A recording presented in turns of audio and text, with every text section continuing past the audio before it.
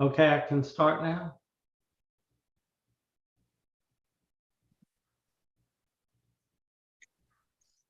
Give me a couple more seconds to get it on the website.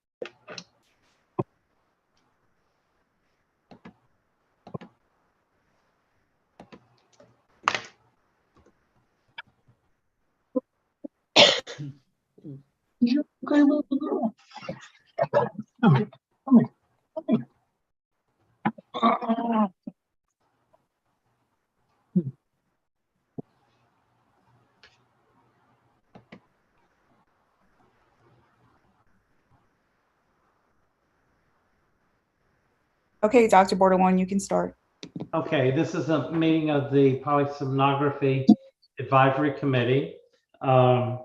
Please know any comments by the public are welcome and can be emailed to publiccomment@lsbme.la.gov. Please confirm your verified identity and video conference participants. Is the sound clear and audible to the public and those on the tele and video conference? Yeah, it's great. Yes, sir, it is. Yes, sir. Okay. All additions to the executive or public agenda must be made presently, as we will no longer be able to make additions to the agenda after the close of the public session. Next, let's have a roll call and quorum confirmation.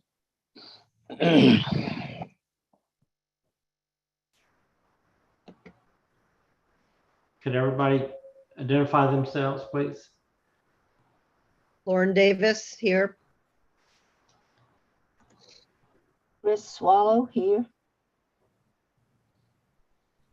Joshua Johnson here. Kylie Foster here. Judson Willard here. And Joe Waterline.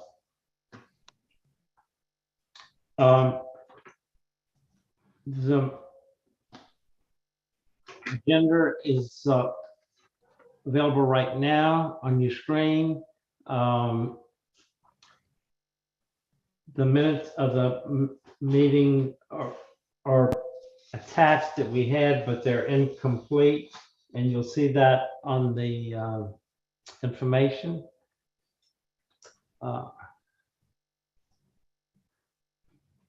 We do have the minutes from the February 1st meeting, and I guess we should have motion to accept those. Motion to accept. All in favor? Yes. Yes. Aye. Aye. Okay. Dr. Bordelon, excuse me, but we forgot the introduction of Kylie. Okay. Kylie Foster is a new member to the committee. She's replacing Wade. Wade felt he had some conflicts of interest, and also he's having to work longer hours for his and not able to participate as he thought he should. So he asked to be replaced, and Kylie was selected and approved. So she's joining our committee. Prior to the start, she completed her oath of office. So welcome aboard.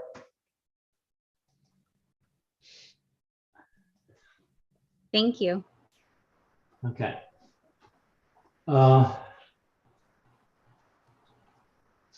So under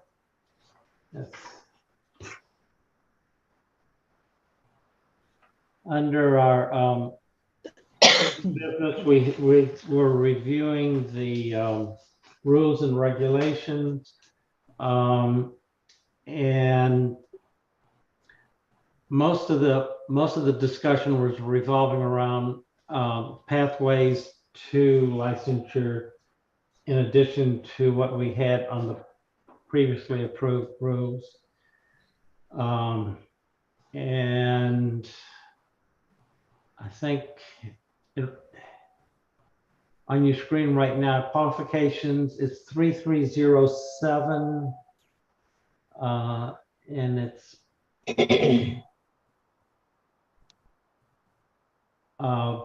B, is it B2, a B1? And I think the discussion was that and at the end of B1 would be changed to an R.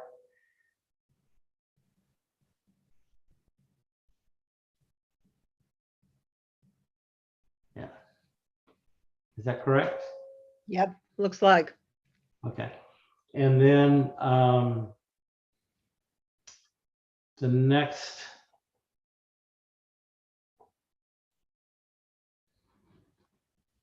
I guess in B2, is that an R there as well?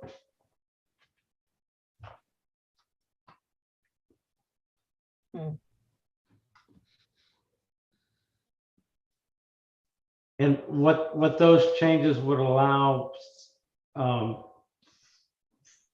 for individuals that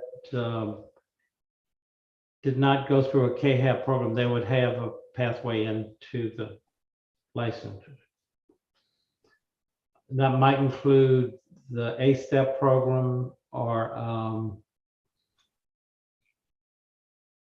it also would allow patients that did online KHAP programs opportunity to have access to clinical trainings need to be completed.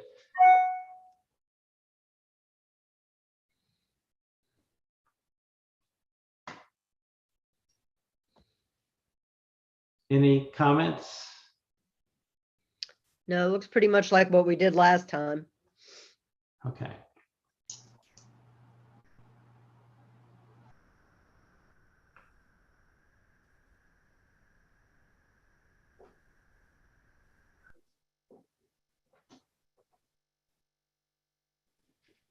So do we need to, I guess the question is, do we need to make any changes, or does the board need anything from us with this regard to this? I If think you're- this is pretty strict. I'm sorry. No, I just procedurally, if you all have reviewed everything and these are the changes you want to recommend, then just a motion to recommend these changes to the board is all that's needed. But go ahead and whatever discussion y'all want to have about it, please feel free. Well, I Okay. was just going to kind of summarize, because I know Kylie wasn't there for the other meetings. What we're basically doing is we were moving in a direction with this, that we were going to just have KHEP programs, and that would be the only path to licensure in the state. But with all that's happened in the last 10 years, all of these changes are basically to take a step back and reinitiate the technician permit, so that people have alternative pathways. We don't have enough KHEP programs in the state to supply the need at the present time. So it's basically just to kind of take a step back and allow a pathway for people to come into the licensure through the KHEP, through A-step and those types of programs, and then get a permit until they pass their exam. So that's kind of that's what all these changes do. It's really just one concept, backing it up and allowing permits again. Oh, okay. Also, to add to that, basically we come to the conclusion that BRPT pretty much governs us, gives our registries and everything. And so if it's good with them, it's pretty much good with us. Correct, everybody? Yeah. Can I ask a question, please, Joe? Yes, please. Since we're talking about changing the exams and all those kind of things, why don't we go to section 3319? Okay. And that is on page 5 of 14 of the rules. Okay, And that says, paragraph A says, the exam accepted by the board for licensing are the technologists are the credentialing examinations as registered by the PSTA administered by the BRPT. Is that the one you want to get rid of? no, No, that's, that's the one we want to keep. You want to keep that? Okay. Then let's go down to 3321. And do you want to keep that an applicant who fails the examination 4 times shall not thereafter be considered for licensure until successfully completing such continuing education, additional training as may be recommended by the advisory committee, approved by the board, or as the board may otherwise determine appropriate. For multiple failures beyond 4 times, such education training may include, without limitation, repeating all or portion of any didactic or clinical training required. Do you want to keep that in? I think, I think what we've tried to do over the last couple of years is get away from our board doing those types of decisions. I mean, that's why we're kind of bumping it to the BRPT. So whatever the BRPT says, we go by, because it seems to be a changing thing. I mean, the requirements to sit for the board have changed over time, and it doesn't make sense for us to keep trying to follow that moving target. It's much easier to link it to the BRPT, and if the BRPT says you can take it 10 times, you can take it 10 times, but we can hold licensure until they pass. The question is, do we want them practicing? Okay, what's So, your answer to that question? so So I guess, do they lose their permit? They can't do clinicals until they pass the exam, but then that puts them in the black hole of I didn't pass the exam, but I can't do any clinicals. So I don't know how to resolve that. Well, let me ask you something. Do you want unlicensed people who can't pass a test treating our citizens? It's a very simple. No. You know, Nope. if you frame it like that, then we know what the answer needs to be. I mean, admittedly, it seems harsh in an individual case, but nonetheless, our job here is to protect the public, and I think we have to act in accordance. Now, one thing that always frightens me, and maybe Ms. Pat will comment on it, once you tie us to BRPT, okay, they could decide that nobody has to take a test, and then we would not have any test.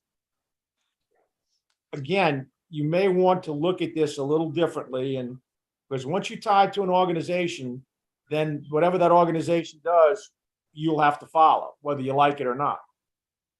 I don't know. They make money off of testing. I think it's highly unlikely they'd give us testing. Just never underestimate what's going on in licensing nationally, okay? Yeah. For example, one of our license classes just signed an agreement to have reciprocal licenses with European countries.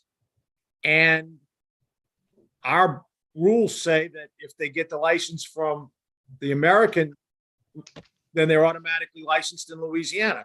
So you have somebody who trained in England is now going to do telemedicine in Louisiana. I mean, understand that this is the kind of thing that's happening as we loosen the licensing requirements, which is somewhat of a national move, and B, start to have these interlocking agreements around the world. So again, what we do, if we link it to BRPT, we will be linked to BRPT and whatever they do, whether we like it or not. But if something comes up like a dramatic change like that, we can address that as the change comes up as well, right? Yeah, but then you got a rule change, okay? Best I can do is, with a tailwind and everything else, 8 months. Yeah. so if we go back to that, if somebody's had more than multiple failures, we would have to approve their additional training. You can say must do rather than say you'll design it, you could simply say must take an additional year of training.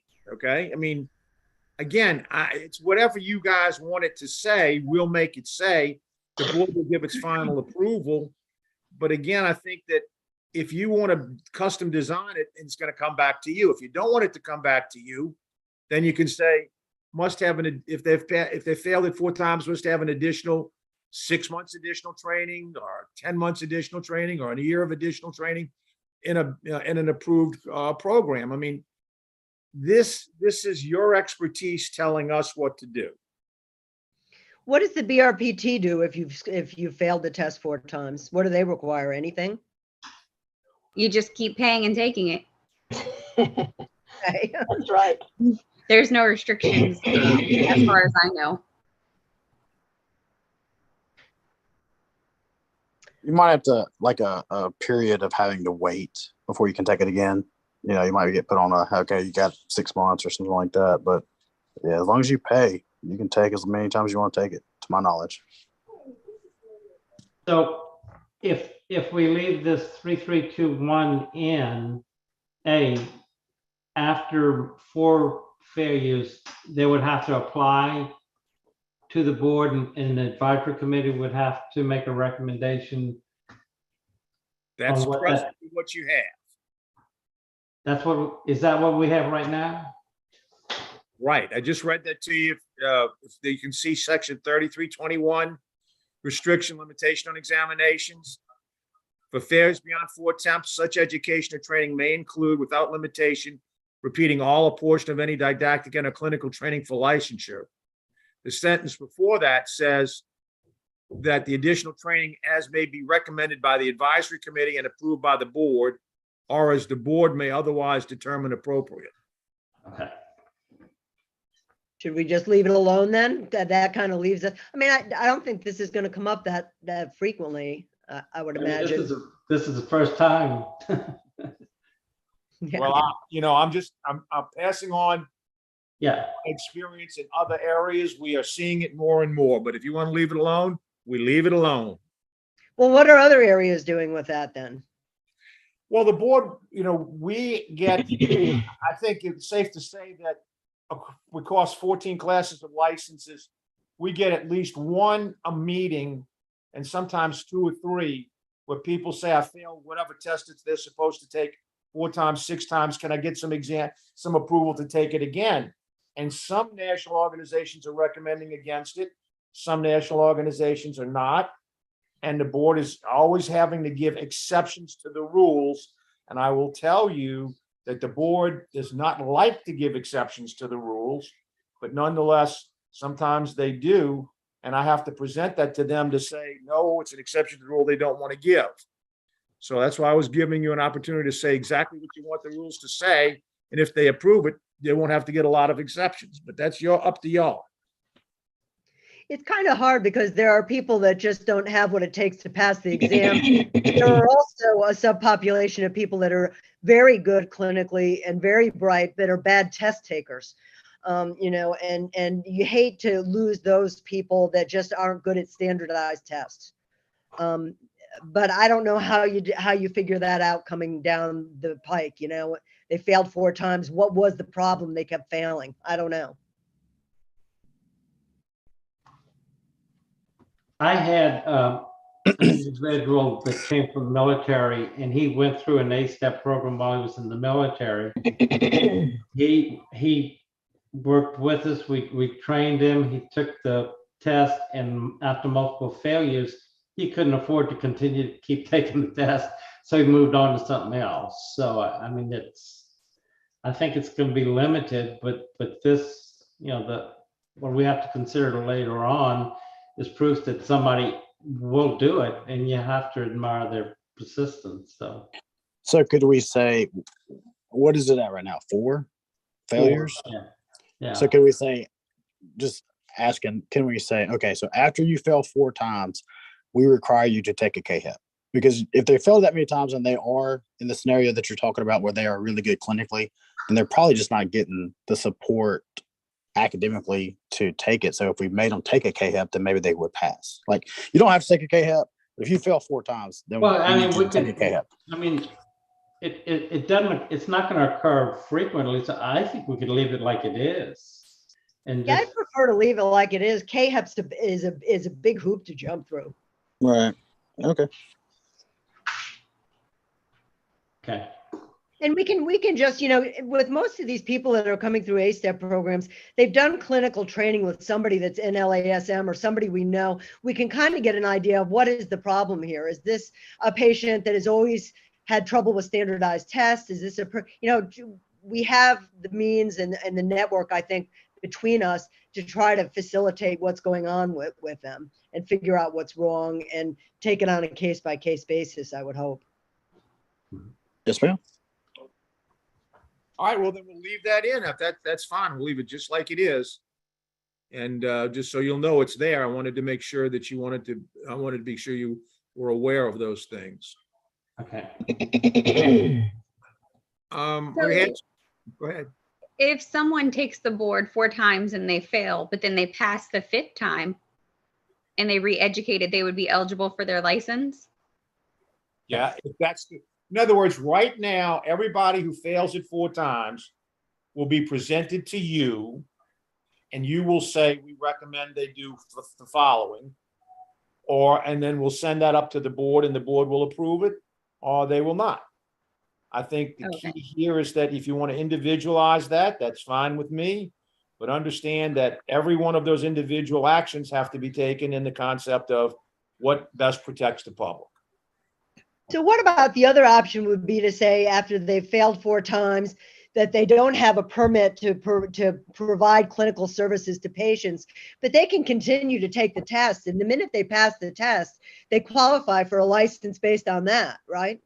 Well, it wouldn't be the minute, but yes, they qualify, but then they'll be processing the license again. So when it may take a couple of weeks to get it back up to snuff and running, but again, they immediately would qualify. But to get the license, it would take, I wouldn't say they're going to get it the next day, but they're going to get it as fast as we can give it to them. So we could theoretically just say after failing 4 times, they no longer have a permit, and then they can continue to take the test, or they can do whatever they want to do. And if they eventually pass the exam, then we could license them. Well, that's really what you need to go to is section 3335 of the rules. And that is, it says here, a permit issued under this section shall not be renewed beyond its original term unless the applicant failed to take or failed to pass the BRPT or ABSM with the original permit term. A permit that is renewed under this section shall be effective for 12 months and shall expire and become null and void on the earlier of 12 months after the date of issuing, the date of which the applicant meets and satisfies qualifications and procedures for 3307. So last time we talked, you said that they must you wanted to make it say that they must register and take the test yearly. And then you wanted to say a renewal of up to 2 times with no requirement for CME with a requirement of CME of up to 10 hours. So again, I know these appear in different sections and it's not always perfect to go, but this is what you've done in the past. And if you want to change it, we need to make sure we get it straight. But that would still be consistent with letting them take it 4 times in that permit period. And if they don't pass, the permit, expires, and then they don't have patient access. Well, what right? they're going to have to do, though, is remember that they're going to have to take those tests pretty rapidly to follow up in that 12-month time. Once they, you're saying it's going to be hard to get 4 tests in that permit period. As long as we're all on the same page, that's fine with me. So, I don't know that we want to prolong the permit much longer than that on somebody that we haven't had pass the exam, though. I agree. yeah. All right, well, we'll go back to what you said last time, and Pat and I'll incorporate it in the language that we show you. So do we need to, do we vote now or wait? You're going to vote on a final document that we're going to show you and share with you probably the next time if Pat and I can get it done. And Okay.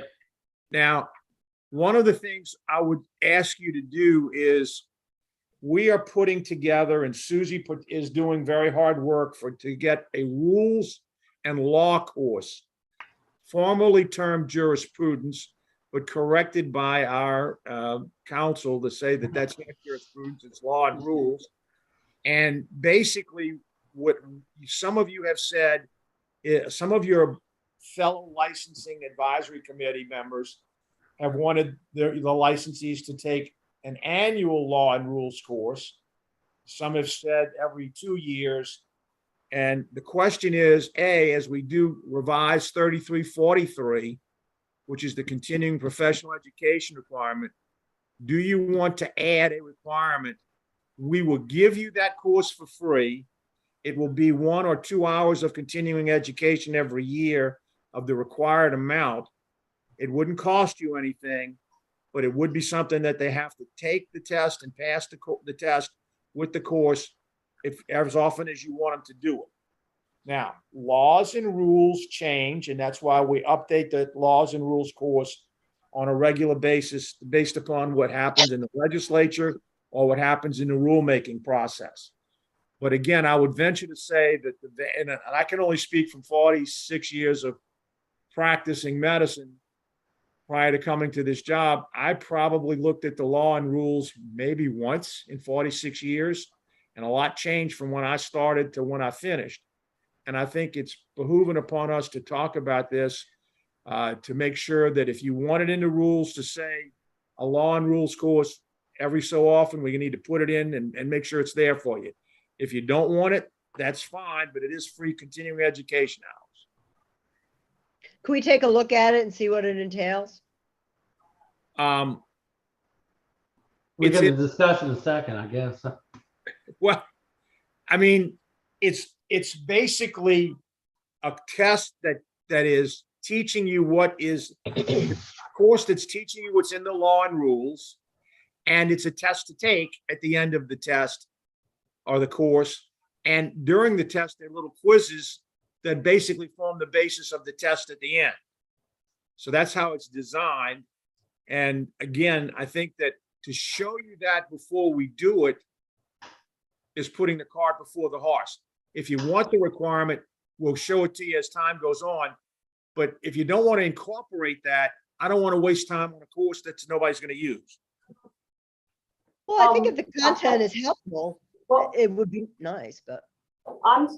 if I can speak to this, I'm sort of on the agenda to talk about this anyway, so I don't know if you want to wait or Oh, go ahead, Sue. I should jump in now. So just to give, you the umbrella on this, other, for quite some time, it's been in the physician rules and laws that they have to take a board orientation upon their first renewal. Meanwhile, I was hired by, back then, Dr. Marier to start doing courses for pretty much everybody because he felt like anyone who practices with a Louisiana license should understand the rules of their profession, which I think we can all agree is a good thing.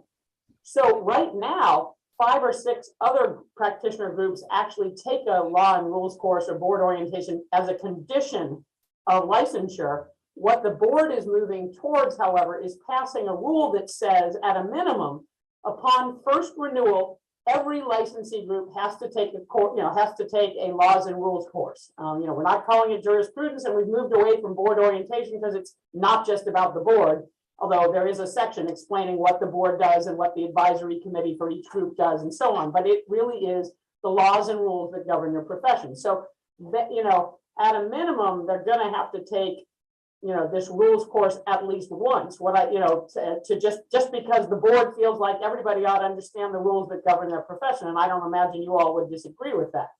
What Dr. Van just brought up is, since that course is going to exist and is going to be updated periodically according to laws and rules changes anyway, if you wanted, as part of your current effort to change your rules, you could certainly put something in there saying, yeah, there's that rules course, but in addition, every X years, we want you to retake it because the rules and laws change. That is, as Dr. Van just said, your call. But just to explain how this works, this course, and for all of them, will be up on CE Broker.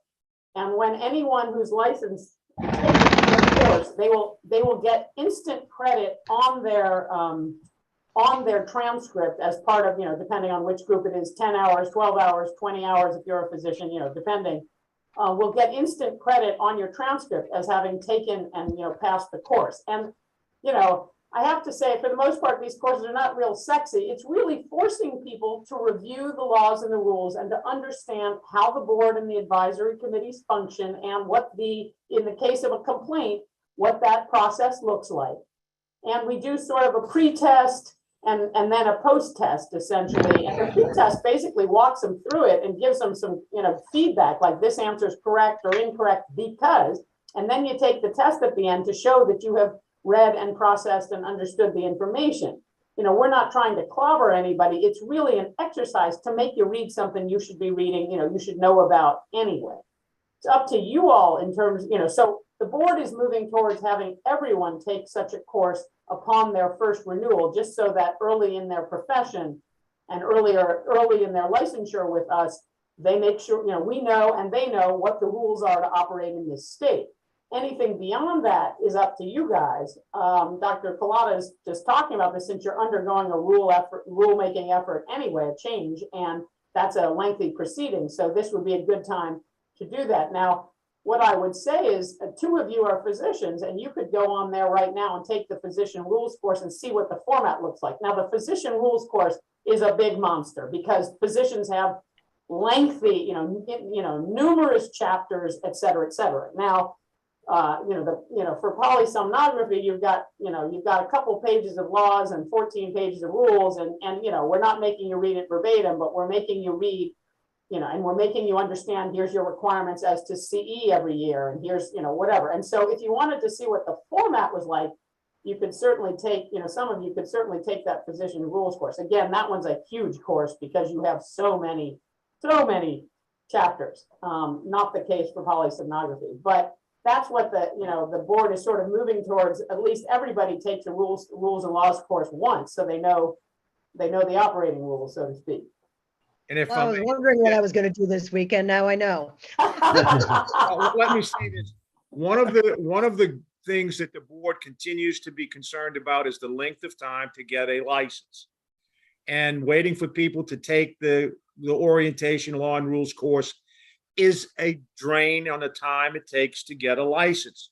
So what we're doing is moving it out of the pre-licensing requirements and into the first renewal requirements, so that you may get your license, but if you don't take and pass that course by the time you come to renew after your first renewal, that's going to be a problem.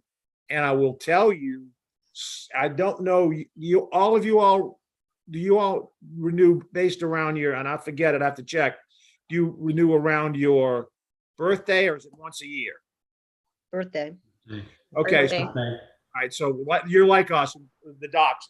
Well, here's what happens with birthday. Let's say you finish school in June, get your license in July, and your birthday is in September. You're taking a test in September, before September, or you don't get renewed because the renewal date is your birthday month, the last day of your birthday month. And the problem is, when you finish school and get your license, may be different. It may be closer. It's not a year after your first licensing. That's what I need you to understand. I think this is really terrific. One of the concerns I've had is that these individuals may be taken advantage of by their employers if they're outside of a hospital where they're asked to do things and sign, and they don't realize the liability they may be placing themselves in. So I think it really is a good idea. How often you repeat it, I guess, is more of a question, but I think it's terrific to have it at least once. I also took was the update in the laws we just had y'all put out recently. I did take that and it was quite informative. Good. I'm glad to hear that. Yes. Yeah, the other thing I want to say is that part of what I do when I write these courses is I work with the advisory committee to, the rules and the laws are what they are, but what we try to have are, in terms of our quizzes, is questions that are scenario based. Such and such a scenario, in situations where either there's some misinformation or lack of understanding, what is the correct course of, of action here? Or if you do thus and such, are you in violation of the board's rules? We're trying to get people to understand them and to keep themselves out of trouble through their understanding of what they're required to do. And so I usually do work with, a couple of people on the committee for the initial first draft. And then what we do is, and I can, in terms of public, meeting law, I can work with one or two of you on the quiz questions in terms of these scenarios. And we do a first draft, and then we have a meeting, at the next meeting, we present we have you all review the course and whatever, and we talk about the course in the public part of the meeting, and then we talk about the quiz, obviously, in executive session, so that the answers are not being batted around for everybody to see. But that's sort of how that process has been working. And I've been working with advisory committees for years, some of whom say, we have people working, who've been in the profession 30 years and they haven't ever looked at the rules, or they haven't looked at the rules in 30 years and the rules have changed. So, there's and everybody feels a little differently about how often they want people to take them. But I don't think anybody disagrees that, new to the profession, you should at least take it. Yeah. I mean, I'd vote to requiring it. I think we follow where everything's going. There's no reason why we should wait and have everybody else be doing it and we're not. It sounds like it's free. They get CME. It sounds like something that would benefit them. If we do it similar to what they're doing, with your first, renewal, and then maybe every 2 years. Okay, every How do 2 years. people feel fine about with that? me.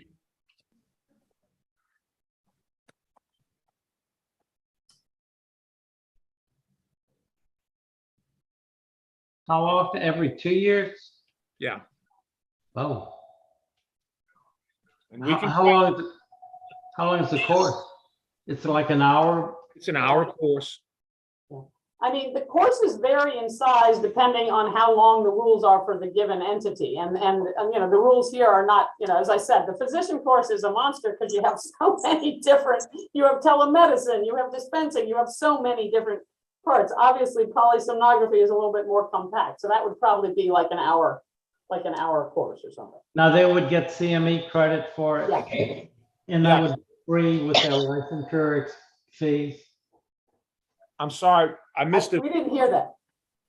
The cost of the course would be included in their licensure So fee? the cost of the course would be free, no charge. Okay, And if you don't get it done in the required time, you are not allowed to renew. okay.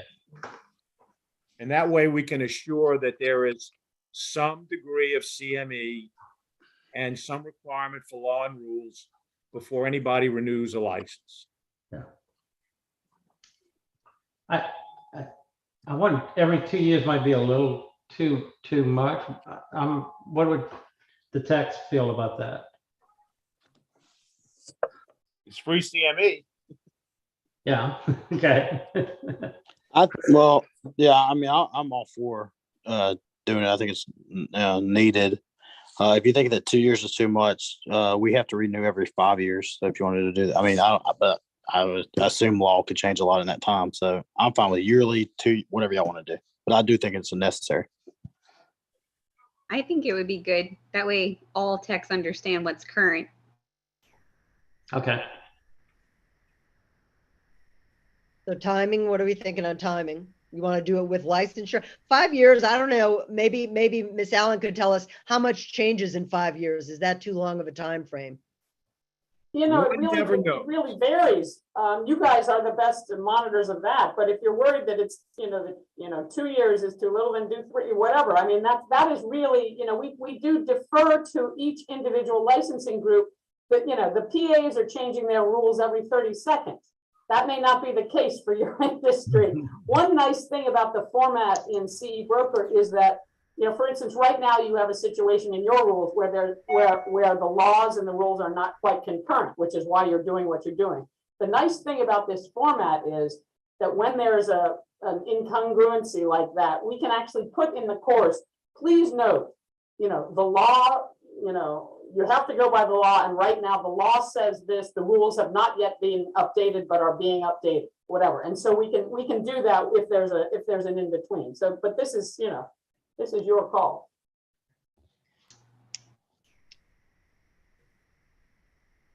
It's free. don't know. I wouldn't mind doing it every 2 years. Yeah, I think every 2 years. I mean, things are changing very, I mean, maybe it's that I'm getting old, but it seems to me like things are changing pretty quickly.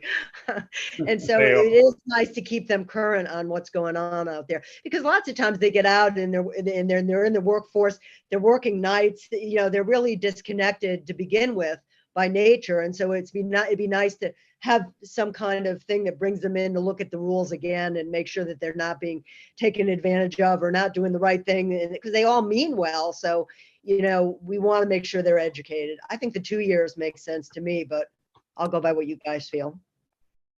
Okay, now, I would call, if you're comfortable with that, it'll be 2 years, and then I'd call your attention to section 3351. And we're going to revise that to reflect the use of CE broker and non-renewal, because that's the rule's going to have to change for that. So I want to make sure you understand that's going to change a little bit.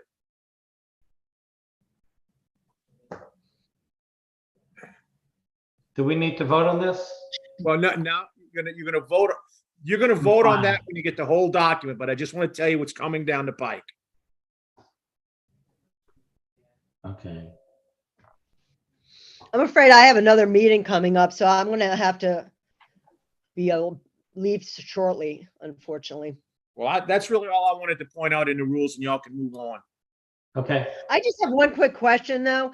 So we're having problems with getting night techs, and we're really in dire straits. How long does it take when somebody applies for a permit to get the permit through? Because we're waiting for one of the Delgado people to start with us, and we really need her like yesterday. Well, again, there are a lot of variables. I can look into an individual case and would be happy to do so for you if you send me by email the name and date of birth. Okay, Sometimes, great. unbeknownst to you, there are issues of a criminal background check. Maybe the fingerprints weren't good. Maybe there was a flag in the actual check. Maybe there was something that they didn't possibly tell us and we had to investigate. So again, maybe it's just that they didn't supply the documents. And the best thing you can tell the applicant is go to your portal, communicate by email with your licensing analyst, check your deficiency page, and all of those things are the kind of things that I will do when you send me the name. But every licensee, every physician has their own portal. Every applicant to every license has their own portal, and they'll be able to see what's going on with their license. And we are going to be doing some things for the hospitals that want to hire people. We're trying to bring on some new technology to let that happen, but we haven't finalized all of that. But again, the most important thing is I couldn't tell you if I knew, because that information is protected. The key is the licensee needs to communicate with the agency by email, phone their analyst. And if they can't get any response from that and their portal doesn't tell them what's going on, email me and I'll help them out. All right, I'll bump it back to her first, and then I'll let you know if I need some assistance. I really appreciate it. Yes, we're also waiting on 2 applicants to get their license. I understand. I think they'll tell you exactly the same thing. If you want to send it to me, I'm happy to, but urge the applicant to get in their portal. One of the things we find, and I'll just give you an example, it happens more times than I'd like to tell you about, is I might have a .edu address for my school, and I put that on the application for the email. Then I graduate, that goes away, and I don't send you my new Gmail email address. Well, the board is sending your emails to a dead email address because it wasn't updated. And then so you're not knowing what we need you to give us. So that's a very common cause of a problem. And again, that's why you have to update that information in your portal.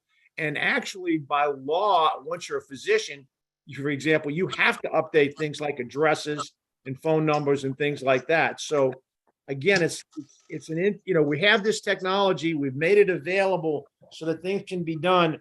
About the only thing you can't do on the portal without sending us a document is change a name.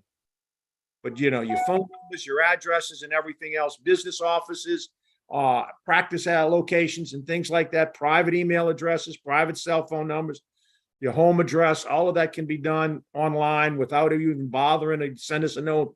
You just go online any time of the day or night and do it. Can I change my date of birth? I'd like to be a little younger. You can change it whatever you want. Nobody's going to say anything. Like I said, the only document I need is if you change your name.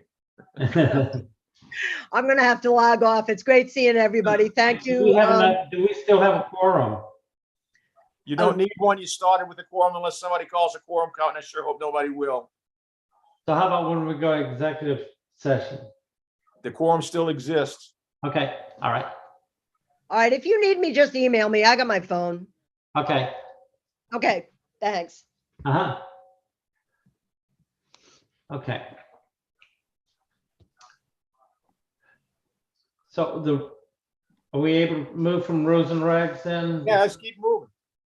And then we did have we covered the rules course as well? That's completed? Yes, I think you did. Yes. Susie, previously we did have a lecture for LASM on kind of what was going on with the rules and regs and legal matters. And so I'll be glad to work with you on that if you need to. Great, thank you. I appreciate that, because I always like to work, everybody needs to see it and agree, but I always like to work with with a couple of people, especially on that first draft of, because I don't know where the rubber hits the road in the individual professions. You guys do, and you're the ones who know when situations come up where someone might be either tempted to break a rule or asked to break a rule, or just not realize and break a rule without knowing. And I don't have that knowledge. So I really depend on the committee members to sort of steer me in that way. Okay. Great, appreciate it. So I guess we received a email. I think all of y'all probably did from is it Friel? Yes. And it included some training that will be available. I just kind of wanted to remind everybody that we will have to complete the ethics training later on this year. And you will actually have to do it each and every year you serve because you're considered a public servant. And that's a requirement by law. Now, you should have gotten what we're calling an H number. And if you haven't, you'll get your H number and you'll be able to log on to LEO, which is the Louisiana Employees website, and take the course online anytime, pretty much day or night. LEO is, usually up all the time. Sometimes it goes down. But again, that way you don't have to worry about going someplace to do it. It's free. They don't charge you. And it's something you'll have to do as a requirement to be a public servant for the state. You'll also have to take the sexual harassment course as well. Is it standard across the board? Because I usually have to take one for coaching. So is it the same ethics course? Is it the state ethics course on LEO? It's definitely state.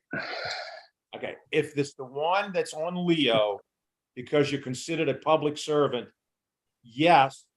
And the way we track it is if you've already got a number, then just tell us what your current number is and how you take it on LEO, then we'll be able to track it that way.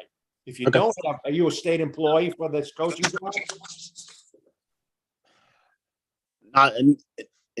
Obviously sleep is my job, like my career. So I don't consider it that way, but I've done it for 9 years now. We always have to do the ethics thing. I said, so I was just seeing if it was the same or if it was a different one, if I had to take multiple or whatever. Well, again, I'll check I the can Leo work number with and all you that stuff. offline and tell you if it's the same. I just need to get some information on how you take it, where you take it, how Yes, sir. they know you take it. Because it may be more, if, you may be taking it already and you don't need to, or it may not be the one we have to take and that it's the same course, then we'd make it work for you. But I need to know Yes, sir. more than just, oh, I took an ethics course. No, Who I took understand. it? How did you get it? That kind of thing. Yes, sir. I believe we had to complete the course, was it last November? Was that right? Yeah. Yeah. So Once all of us did it then? Sexual harassment. Okay.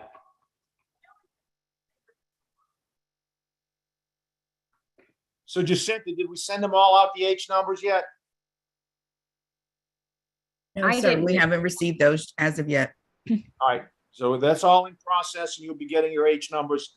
You'll be able to do it online. We'll send you some detailed instructions at that time. Yeah, and the easiest way, if anyone's taken an ethics course and they have the certificate, they can send it in and either to you or to me, and we can just go over to find out if whether or not that's the one that's approved by the state. Okay. So it's the ethics course and do we have, will we have to do was it the legal thing as well? The FBI, was that FBI? That's the CGIS.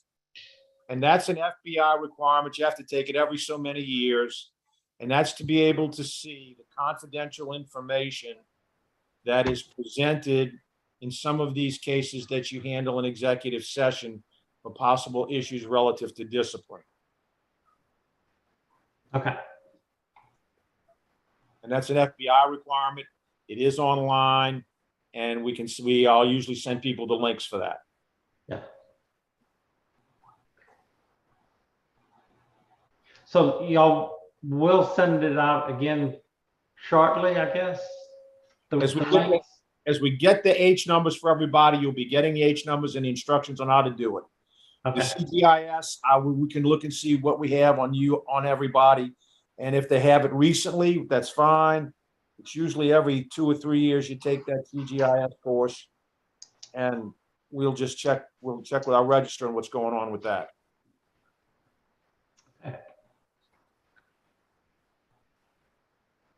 Yeah, just to piggyback on what Dr. Van said, the CJIS links are typically sent out from our IT department. I want to say it's 2 to 3 years, depending on what courses you're required to take. If you haven't received an email recently, because those are automatically sent out probably 30 to 60 days prior to your course expiring. So yeah, we're pretty much on top of those.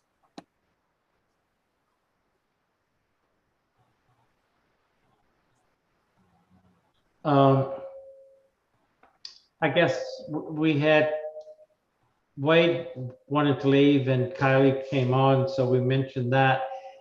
If somebody does need to leave, they have to contact the governors. Okay, technically you serve until you're replaced. Okay. So you have to follow the replacement rules. And they are in the law, some of them, and some of them are in the rules. But Okay. the ticket is everybody serves until their appointment they're replaced. And all we need to be able to do is comply with the law and rules about the country, the Polysomnographic Advisory Committee. Now the replacements have to be recommended by the governor's office. Is that? They have to be okay. Let me pull up that section. Hang on a minute.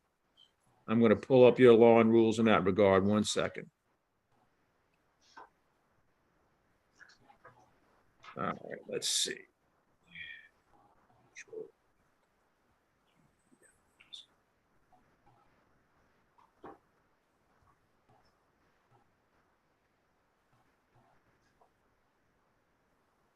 Okay, so let me pull up the rule, the law.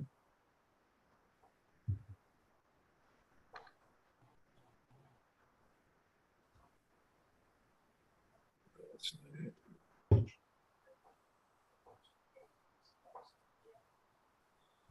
Okay, search ADVIs.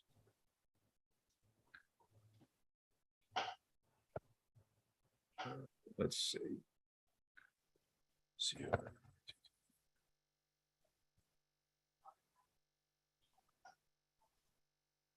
Advisory committees, okay.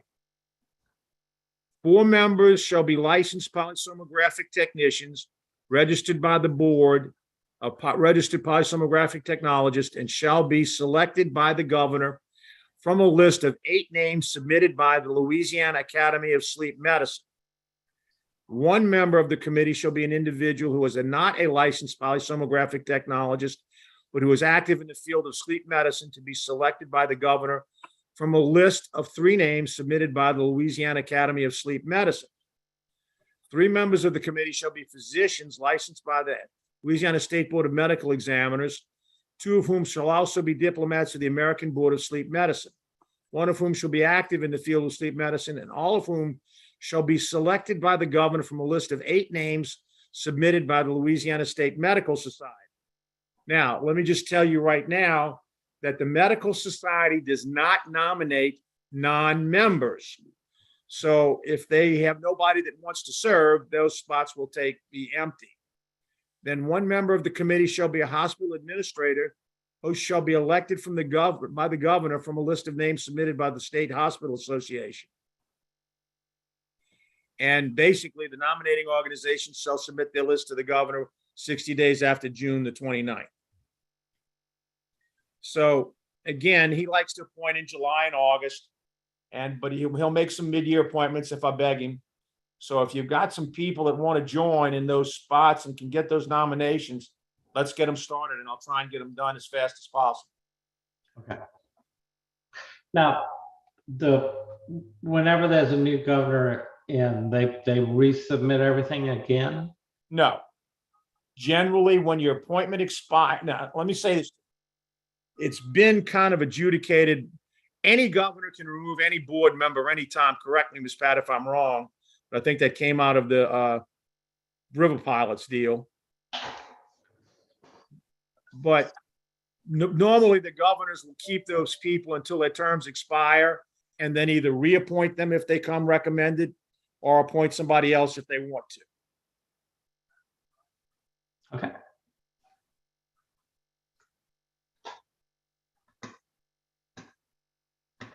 Any questions, anybody?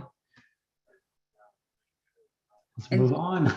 Dr. Bordelon, just to answer your question before the meeting, the governor's office will request a resignation letter from any of the current members that are resigning from the committee.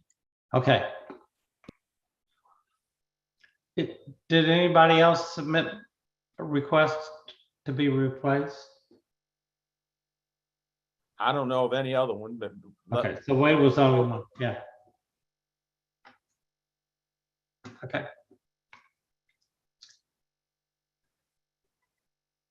Now, let me say this to you. The goal of having these meetings by Zoom is so that we can make it convenient for everybody.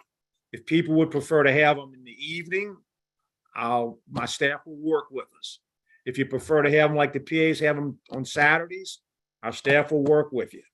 So I know people work during the day and it's sometimes hard to do it in the weekday, but our goal is to make it as convenient as we can for the members of the advisory committees to have these meetings, because truly we need your input. Yeah, yeah. And I think this, the Friday has worked well for us over the years, but if somebody wants to change it, they need to communicate with us. Okay.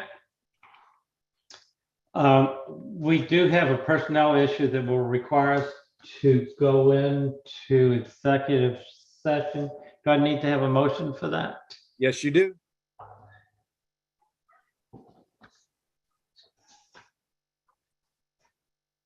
Motion, somebody? Oh, I motion. A second. All right. All in favor? Aye. Do we need to do any notification for the public? Give me 1 second. I'm going to move everyone into a breakout room. All the people that need to be in a breakout room and the people who are watching will simply have a sign, or they'll be noticed that the board is in executive session. Okay.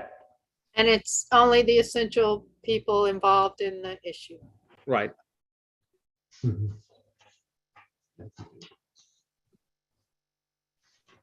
So basically, it should all be members of the committee Okay, and only the committee. we, all right.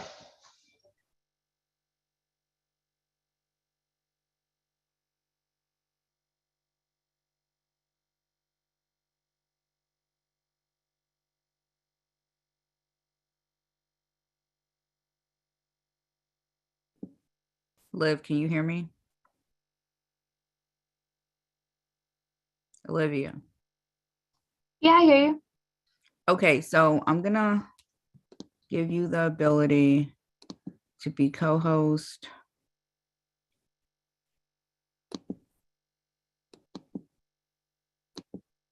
Can you pull up just that document that said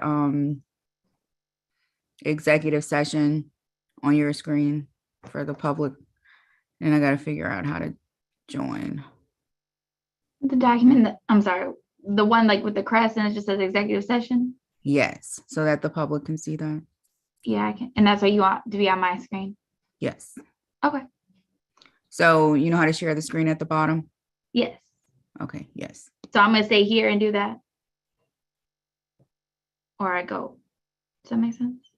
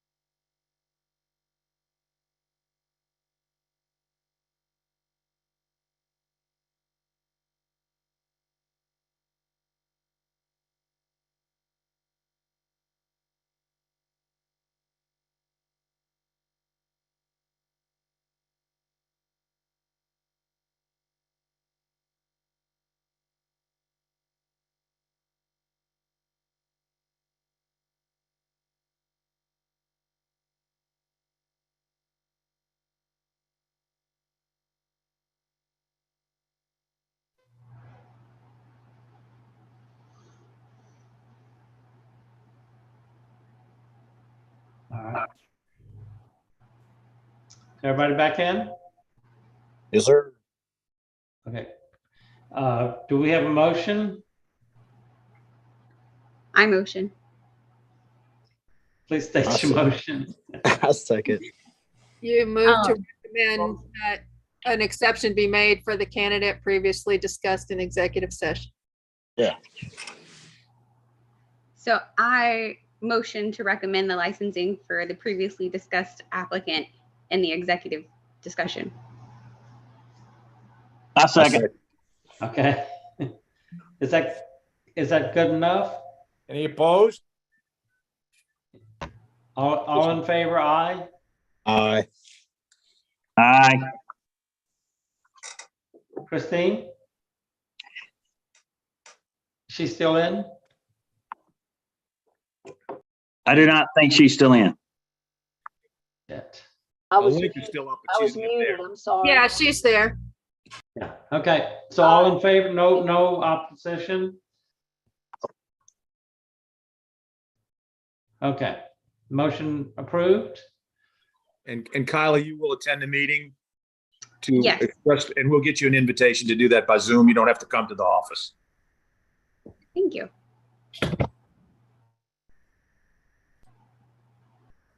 I guess the next item was, do we need to do any discussion about the home sleep testing?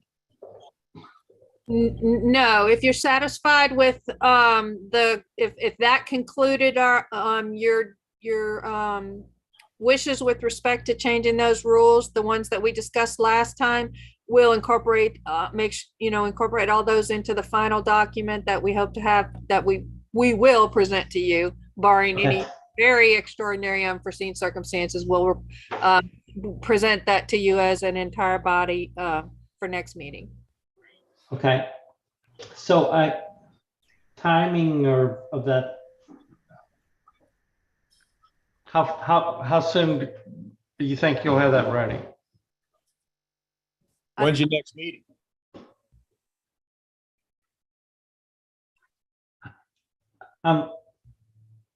Any idea how soon that can happen? Well, I mean, if you're planning on meeting next month, we can certainly have it done for next month. If it's much sooner than that, we have in the interim, we have our existing board meeting, and then there's the state offices will be closed for Labor Day. So if you're looking at mid-month next month, we can absolutely have it done for them. If it's sooner than that, we can make every effort to, but I'm just not sure about the scheduling of getting it scheduled. I probably need a little bit more time. I may be traveling mid-month next month, so. Okay, well then, yeah, we'll be able to have it ready for you at your next meeting, whenever that's So scheduled. how about a Friday towards the end of the month?